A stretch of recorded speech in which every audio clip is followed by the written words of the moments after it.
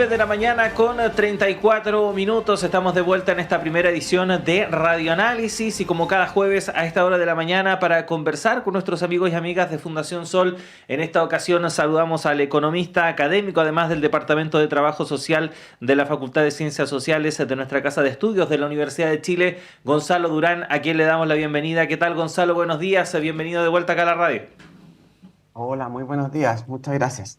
No, gracias a ti por estar con nosotros a esta hora de la mañana y para hablar respecto de economía. Y en esta ocasión vamos a hacer una suerte de análisis, ¿no? Respecto de cómo se encuentra actualmente el escenario económico en nuestro país en medio de tantas cifras, ¿no? Que vamos escuchando periódicamente respecto de crecimiento, empleo, proyecciones también que se hacen a futuro y que muchas veces también no se condicen entre, por ejemplo, lo que dicen los, entre comillas, expertos, ¿no? Quienes trabajan en este mundo con las fuentes oficiales como el gobierno, etcétera, o incluso fuentes internacionales como pueden ser entidades como CEPAL, el FMI, etcétera, etcétera. Así que para aterrizar esta situación, Gonzalo, que para hacerlo ahí incluso más complejo, en un escenario internacional que está en una situación de volatilidad e incertidumbre como pocas veces en la historia reciente, ¿qué podríamos decir como para introducir el escenario? Sí, bueno, lo novedoso esta vez tiene que ver con todo lo que tú mencionas del escenario internacional. Quizás por ahí podemos comenzar.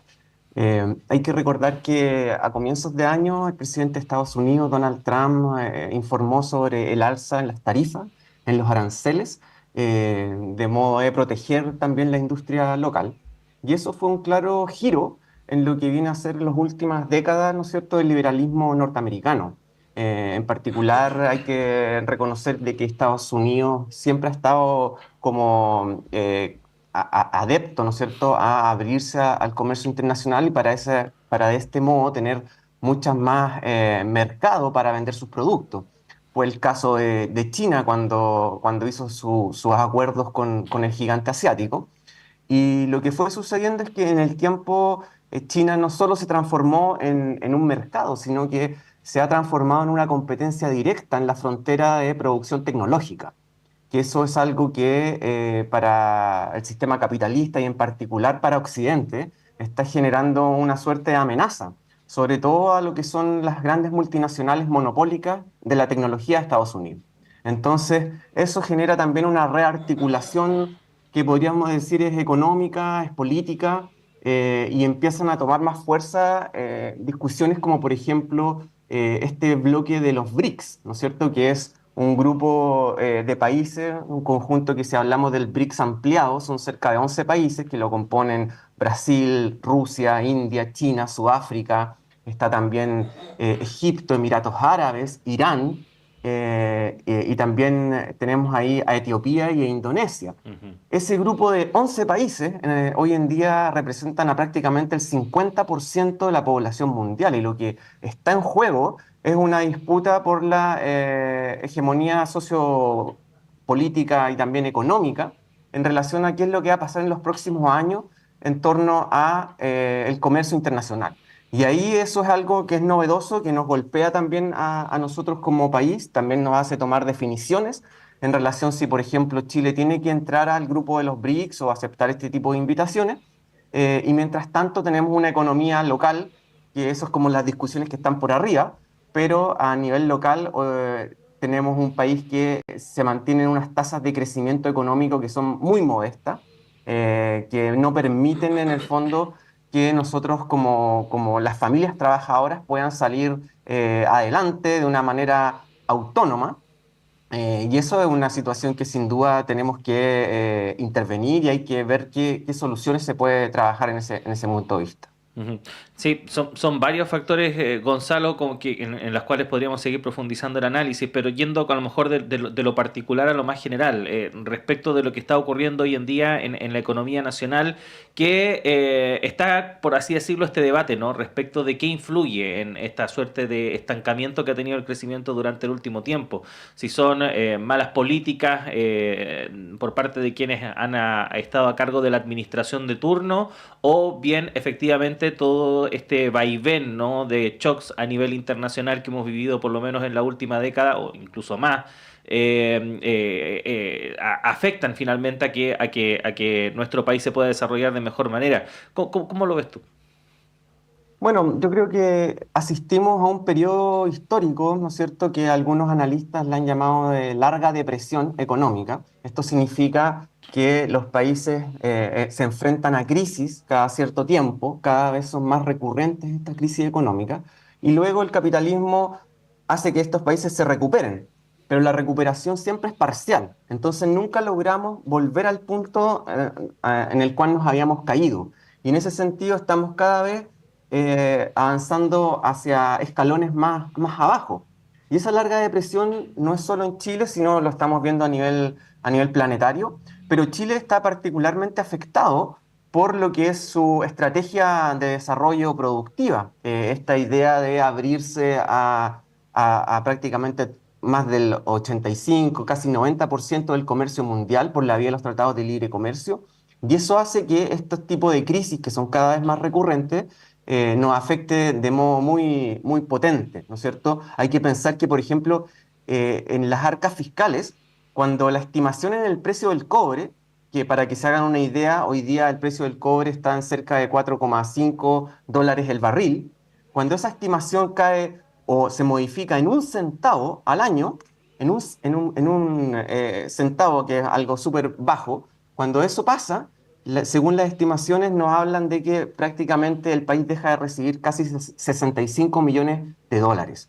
Entonces, ahí podemos ver cómo eso impacta, ¿no es cierto?, en la economía. Ahora, también podríamos decir que tenemos, por así decirlo, ciertos motores que están en la interna, que no están funcionando bien hace décadas.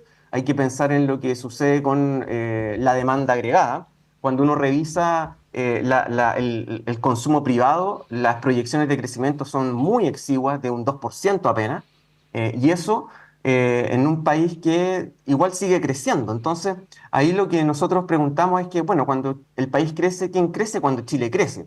Y el tema de los salarios es fundamental, cómo los salarios pueden activar también la economía. Entonces, yo creo que a Chile le está pasando la cuenta también este hecho de ocupar una estrategia de avanzar con salarios muy contenidos. Hay como un castigo salarial, podríamos decir salarios sumergidos, que no se condicen, ¿no es cierto?, con el país que a veces nos miran desde el extranjero. Hoy día se nos anuncia que el salario mínimo, por ejemplo, ha subido a 539.000 pesos, que tenemos un salario mínimo que es el más alto de América del Sur, pero sin embargo, los que nos están escuchando podrán entender fácilmente que si uno hace una prueba básica de suficiencia, nos vamos a encontrar que ese salario, que es bruto, hay que descontarle las imposiciones, bajamos al tiro ahí a prácticamente 430.000 pesos.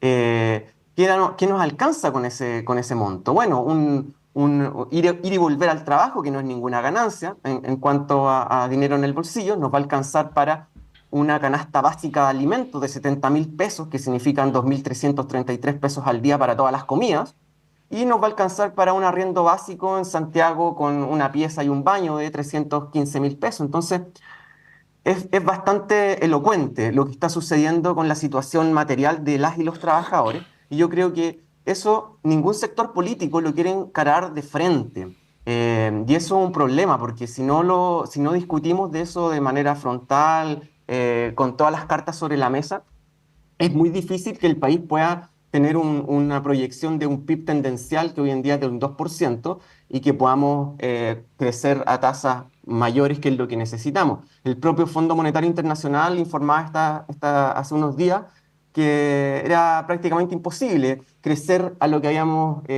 con los niveles que habíamos logrado en los 90, pero ellos asignan el factor por otro lado, ¿no es cierto? Ellos dicen que tiene que ver con una cuestión demográfica, que ahora la población más adulta, en edad de jubilar, por ejemplo, cada vez es más importante, lo cual es cierto, pero no le dan tampoco la debida atención a lo que pasa con los aspectos laborales, los aspectos, por ejemplo, de la negociación colectiva.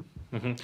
Gonzalo, Pasando ya más al escenario más macro, ¿no? Respecto de lo que se está viviendo a nivel internacional y esta reconfiguración del orden a nivel internacional en distintos ámbitos, no solamente en lo político, sino que también en lo económico, etcétera. Hay una suerte de dos posturas, ¿no? Una, efectivamente, adaptarse y comenzar a reevaluar cuáles son nuestras relaciones actualmente o la forma en la cual hemos ejercido precisamente esas relaciones tanto a nivel económico como a nivel político, pero hay quienes sostienen que efectivamente hay que tratar de respetar, por así decirlo, las reglas del juego y en ese sentido hay quienes advierten que ahí se podría caer el riesgo de tratar de ser, por ejemplo, el más Mateo de la clase y tratar de seguir unas reglas que ya nadie respeta, por así decirlo, y quedarnos en una suerte de rezago respecto de lo que está ocurriendo a nivel mundial. ¿Cómo ve esa situación a propósito de todos estos debates que se han dado respecto de, por ejemplo, acercarnos a los BRICS, no hacerlo, etcétera? Bueno, ahí yo creo que hay experiencias que son interesantes de observar. Por ejemplo, el caso de Corea del Sur es un caso interesante de modelo de desarrollo. Por mucho tiempo en economía se nos ha dicho de que los países tienen que especializarse en aquellos productos, en la explotación de esos bienes en los cuales tienen ventajas comparativas. eh, y no desarrollar industrias con mucho valor agregado si es que no tienen esa ventaja. Y bueno, Corea del Sur después de las guerras hizo todo lo contrario, era un país arrocero, con muy poco infraestructura tecnológica, y si hubieran seguido en el fondo las recomendaciones de los manuales de texto de economía, probablemente todavía estarían como un país subdesarrollado, y hoy en día son un gigante tecnológico. Lo que ellos decidieron fue cambiar de manera con definiciones también políticas, cambiar qué es lo que iba a pasar en el desarrollo de esa sociedad, invirtiendo mucho en educación, invirtiendo mucho en lo que son las y los trabajadores y, por supuesto, en tecnología. Entonces, yo pienso que eso es algo que nosotros no podemos perder de vista, también como deseo, como anhelo, no podemos seguir en el fondo pensando de que tenemos que comportarnos de acuerdo a lo que nos dicen, lo que nos dictan los manuales de economía, que están muy influenciados también por el poderío y la hegemonía de las grandes potencias mundiales. Hoy en día, como decía anteriormente, el BRICS lo que representa es una redefinición en la disputa por el control de las tecnologías de punta.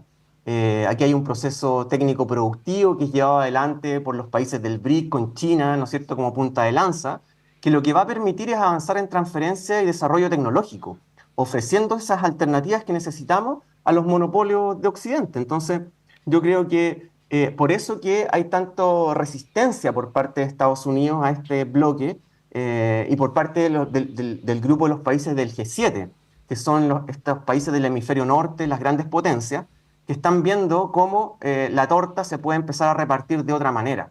Y yo creo que Chile no tiene que quedarse al margen de esta discusión. Es verdad que somos un país pequeño, pero tenemos que entender cómo funciona el capitalismo contemporáneo y también, obviamente, defender la autonomía y poder desarrollar industrias para que nuestra clase trabajadora también pueda tener un mejor vivir. Ujú. Estamos conversando con el economista académico del Departamento de Trabajo Social de la Facultad de Ciencias Sociales de la Universidad de Chile, integrante además de Fundación Sol, Gonzalo Durán, en este espacio que tenemos semanalmente con nuestros amigos y amigas de la Fundación. Gonzalo, a propósito de algo que mencionabas en una de las respuestas relacionadas con la situación de los salarios en nuestro país, que siguen estancados en una situación que finalmente empujan a la gente a tener que recurrir a otras herramientas para poder costear los gastos de un mes, la deuda, etcétera, etcétera. A propósito de la discusión de las elecciones primarias, este tema ha salido a la palestra. A propósito del programa económico de la candidata Janet Jara, donde apunta, aunque no de manera muy específica, pero por lo menos la idea se pone sobre la mesa respecto de avanzar en una mejora progresiva de los salarios en nuestro país y que de esa forma se permita dinamizar de mejor manera la economía. Y ha recibido varias críticas al respecto, desde el Frente Amplio amplio, que acusan que son políticas de los años 20 o de los años 40, que ya no se condicen con la realidad actual, hasta desde el socialismo democrático, que la candidata Carolina Toa lo ha tildado incluso de kirchnerista la propuesta. ¿Cómo has visto el debate, más allá de lo puntual de la candidata Jara, el debate en torno a este tipo de temas en esta elección primaria? Bueno, yo creo que es un debate que cada cierto tiempo asistimos a estas discusiones en relación a cómo podemos en el fondo avanzar en mayor crecimiento económico. Y en este caso es el turno, ¿no es cierto?, del comando de Janet Jara, donde nos dice que una buena alternativa podría ser activar la demanda como dirigida por los salarios, como se llama técnicamente. Es decir, mejorando, ¿no es cierto?, las condiciones laborales y la capacidad de compra, que es lo que tienen los trabajadores por la vía de mejores salarios. Mientras que otros están diciendo que eso en el fondo, claro, como tú dices, es una solución anticuada. Yo aquí lo que veo es que, claro, esto se vuelve a repetir y es como, es una historia que lamentablemente eh, pasa mucho en estos periodos como eleccionarios, de elecciones, pero que después no se vuelven a tomar en serio. Hay que recordar que el propio gobierno actual de Boric también habló sobre fortalecer a los sindicatos, fortalecer la negociación colectiva. Era una promesa de campaña, que iban a haber negociación colectiva por rama, algo que demandan las y los trabajadores hace décadas. Y sin embargo, hasta la fecha todavía no tenemos eso como ingresado como proyecto de ley, y lo más probable es que eso no va a suceder, o si sucede va a ser algo muy deslavado. Entonces, yo, más allá de lo que pueden ser esta suerte de declaraciones, a mí me gustaría que eso se demostrara como en los hechos. Y en los hechos eso significa efectivamente tener una propuesta súper concreta de qué significa, por ejemplo, que tengamos una economía que va a estar dinamizada por los salarios, más allá del titular. Eso significa, por ejemplo, que vamos a tener una negociación colectiva por rama de actividad económica. Y si es así, ¿qué sistema se está pensando? ¿Ya? Eso yo creo que es un debate que deberíamos tenerlo como país, sobre todo desde el punto de vista económico. Hay muchos que los diarios hegemónicos se cierran a estas ideas, obviamente los medios de comunicación, porque dicen que esto va a generar despidos, o crisis en las pequeñas empresas. Pero por otro lado vemos lo que nos dice la evidencia internacional, países de la región, Uruguay, por ejemplo, donde no tenemos un apocalipsis como económico. Tampoco pasa eso en Alemania ni, por ejemplo, en Francia. Entonces yo creo que ese debate es un debate que tenemos que dar, y aquí lo que está detrás de esto muchas veces es que las otras candidaturas no les gusta meterse también en esto, porque es como meterse a la pata de los caballos. ¿Por qué decimos eso? Porque efectivamente cuando hablamos de salario, hablamos de cómo mejorar la distribución de ingresos por los sindicatos. Esa es la manera que podríamos decir es más efectiva. Y por más efectiva me refiero a que es la manera por la cual la desigualdad se puede reducir, y eso significa quitarle un pedazo de la torta a los más ricos de este país. No hay que olvidar nunca que el 1% más rico concentra prácticamente el 50% de la riqueza. Y entonces ahí está el grave problema de la desigualdad. ¿Cómo a partir de las relaciones laborales eso se puede mejorar? Van a haber muchos que no van a querer entrar ahí porque esa es una solución muy efectiva que permite mejorar la distribución del ingreso, y que lamentablemente en los últimos 30, 40 años nadie ha tenido en el fondo la valentía y la dirección política de entrar en este terreno. Ujú.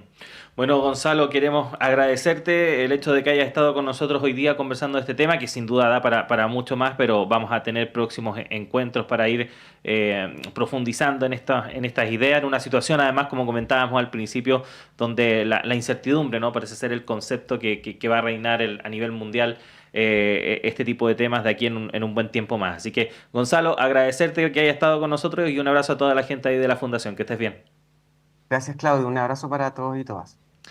9 de la mañana con 53 minutos y con esta conversación despedimos esta primera edición de Radio Análisis. Gracias por acompañarnos el día de hoy. La invitación es a que siga junto a todas las plataformas de Radio Universidad de Chile porque ya llega Nicolás Rojas y Semáforo, pero si nos sintoniza a través de la red de radios que piensan y el canal de televisión Uchile TV, acompaña también la programación que tienen preparada para hoy. A las 13 horas, más noticias en la segunda edición de Radio Análisis y por supuesto también en nuestro diario electrónico radio.chile.cl y nuestras redes sociales. Gracias a todo el equipo, nos reencontramos mañana. Un abrazo, que estén muy bien.